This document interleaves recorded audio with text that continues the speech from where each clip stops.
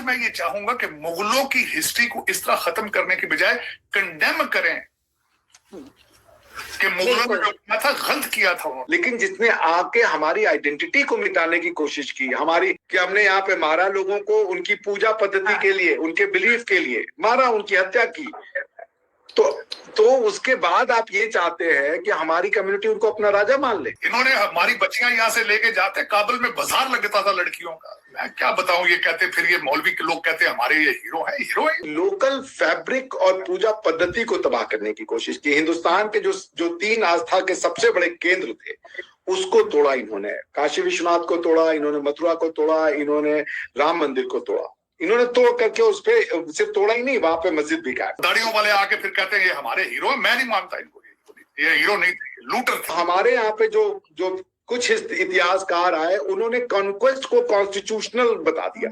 हमने कॉन्क्वेस्ट को कॉन्स्टिट्यूशन भारत में कभी भी नहीं बनाया। नमस्कार वंदे मातरम मित्रों, ग्रेट इंडिया अपडेट में स्वागत है। मित्रों, भारत के एनसीईआरटी किताबों से मुगलों का चैप्टर हटा दिया गया है या उनके बारे बहुत ही सीमित कर दिया गया है। इससे कुछ लोग बहुत गुस्से में हैं और कुछ लोग इसे सही ठहरा रहे हैं। उस समय के इतिहासकार मुगलों के बारे बड़ा चढ़ा के लिखा था और उनके बुराइयों को छुपाया गया था। वैसे भी मुगल बाहर से आए थे शासन करने के लिए, उनका हमारे देश से कोई संबंध नहीं है। भारत के एनसीईआरटी किताबों से मुगलों का चैप्टर हटाए जाने की खबर सुन पाकिस्तानी मीडिया रिएक्शन ले रहे हैं, तो चलिए आराम करते हैं। कि हिस्ट्री को किताबों से निकालने से हिस्ट्री खत्म नहीं हो जाती। बिल्कुल यही बात। आज मैं ये चाहूंगा कि मुगलों की हिस्ट्री को इस तरह खत्म करने के बजाय कंडेम करें कि मुगलों ने जो किया था गलत किया था उन्होंने। बिल्कुल।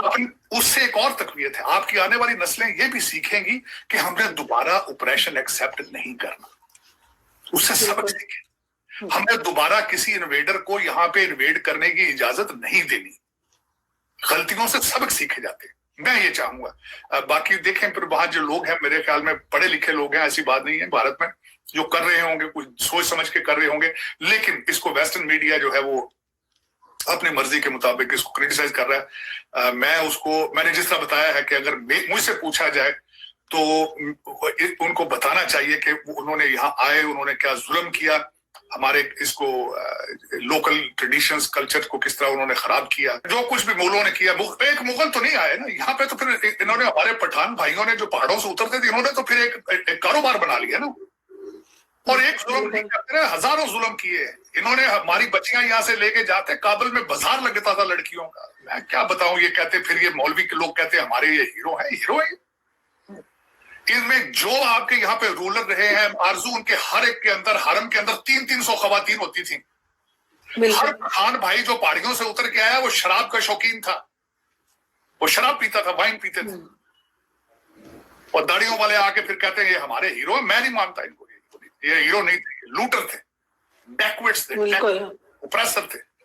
मैं नहीं मानूंगा बात। उनकी हिस्ट्री चेंज करने से चेंज ना करें, लेकिन अपनी नस्ल को बताएं कि इन्होंने क्या जुल्म किया था। जी, लोग थे, जुल्म करते थे और बारबेरियन थे। उन्होंने जो कुछ किया भारत के साथ, दुख होता है मुझे जो इन्होंने अटैक करा, लूटा पीटा। लेकिन इन्होंने क्या किया कि जब इनको सत्ता मिल गई, कुछ पूरे हिंदुस्तान में कभी भी नहीं रहे, थोड़े थोड़े पार्ट्स में इनका शासन रहा। उन्होंने क्या किया कि लोकल फैब्रिक और पूजा पद्धति को तबाह करने की कोशिश की। हिंदुस्तान के जो 3 आस्था के सबसे बड़े केंद्र थे उसको तोड़ा इन्होंने। काशी विश्वनाथ को तोड़ा इन्होंने, मथुरा को तोड़ा इन्होंने, राम मंदिर को तोड़ा इन्होंने, तोड़ करके उस पे सिर्फ तोड़ा ही नहीं, वहां पे मस्जिद भी काट कर। तो जब आप किसी कम्युनिटी की पूरी बिकॉज ये सब इंसानों की क्रिएशन है, तो इंसान अपने अपने सिस्टम के हिसाब से अपना एक मैनिफेस्टेशन बनाता है।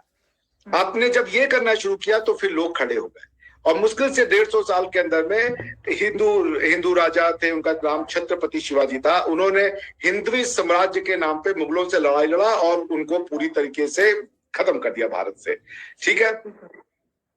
लेकिन अब इसमें जो मुगल आइडेंटिटी की जो आइडेंटिटी को ग्लोरीफाई करने की बात थी, वो की गई 1950 के बाद। भारत की आइडेंटिटी को बदलने की कोशिश की गई। हमें यह बताया गया कि भारत को कॉन्स्टिट्यूशनली यूनाइट किया है मुगलों ने, कॉन्क्वेस्ट के नाम पे।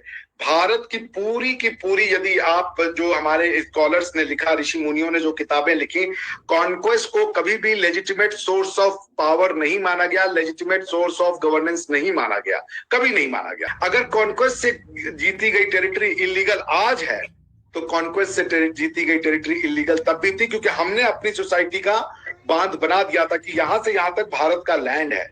ठीक है ना, आप अगर विष्णु पुराण पढ़ें और कई और डॉक्यूमेंट्स पढ़ें तो आपको ये मिल जाती है, भारत की ज्योग्राफिकल डेफिनेशन मिल जाती है। देखिए, भारत का ज्योग्राफिकल डेफिनेशन अलग है और भारत का जो फिलोसॉफिकल डेफिनेशन है वो अलग है। हमने कभी भी पॉलिटिकल फोर्स यानी यूज ऑफ फोर्स, ताकत के दम पे आधार की गई जमीन की सत्ता को लीगल नहीं माना।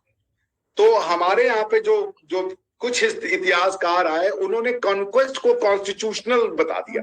हमने कॉन्क्वेस्ट को कॉन्स्टिट्यूशन भारत में कभी भी नहीं बनाया। भारत की भूमि का निर्माण कॉन्क्वेस्ट से नहीं किया गया। ये नहीं था कि कोई और लोग राज करते थे और यहाँ पे लड़ाइयां हुई, पर वो धर्म और अधर्म की लड़ाई। लेकिन जिसने आके हमारी आइडेंटिटी को मिटाने की कोशिश की, कि हमने यहाँ पे मारा लोगों को, उनकी पूजा पद्धति के लिए, उनके बिलीफ के लिए मारा, उनकी हत्या की, तो उसके बाद आप ये चाहते हैं कि हमारी कम्युनिटी उनको अपना राजा मान ले।